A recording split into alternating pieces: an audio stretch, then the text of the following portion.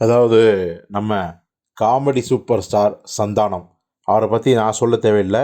கடந்த 7-8 வருடங்களுக்கு முன்னாடி வரையும், இன்னும் சொல்லப்போனால் 10 வருடங்கள்னு சொல்லலாம்.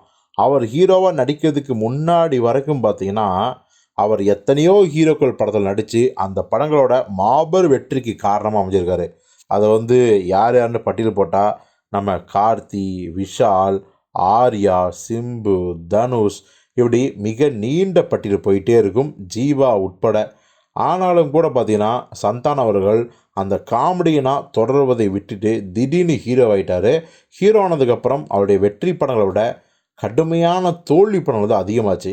இப்போ இந்த நேரத்தில் சந்தானம் மீண்டும் காமெடியாக நடித்தா எவ்வளவு நல்லா இருக்குன்னு ரசிகர்கள் தொடர்ந்து தங்களோட கோரிக்கையை விருப்பமாக வச்சுட்டே இருந்தாங்க. ஆனால் சந்தானம் அசைந்து கொடுத்த பாடே இல்லை. ஆனால் இப்போது 12 வருஷம் கழிச்சு விஷாலோட சுந்தர் சி இயக்கத்தில் நடித்த அந்த மதகஜ ராஜா படம் ரிலீஸ் ஆகி மிகப்பெரிய வெற்றி அடைஞ்சது. சக்கப்போடு போட்டுச்சு வசூலில். அப்பவும் அந்த படத்தோட வெற்றி காரணம் சந்தானத்தோட காமெடி தான். ஸோ இதை பார்த்த எல்லாருமே பார்த்தீங்கன்னா, மீண்டும் மீண்டும் சந்தானத்துக்கு நீங்கள் காமெடியாக நடிங்க சாருங்கிற கோரிக்கையை வச்சாங்க.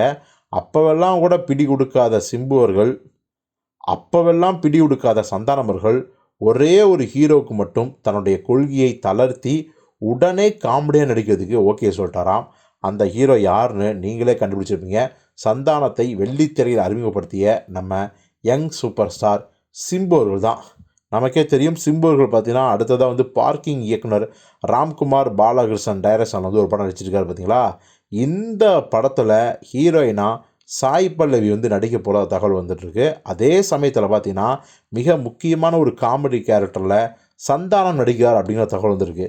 இந்த செய்தி உண்மையா பொய்யான்னு விசாரித்தா 100% உண்மை அப்படின்னு தகவல் வந்திருக்கு. சிம்புவுக்காக தன்னுடைய கொள்கையில் மாற்றம் கொண்டு விட்டுவார் நம்ம சந்தானம்.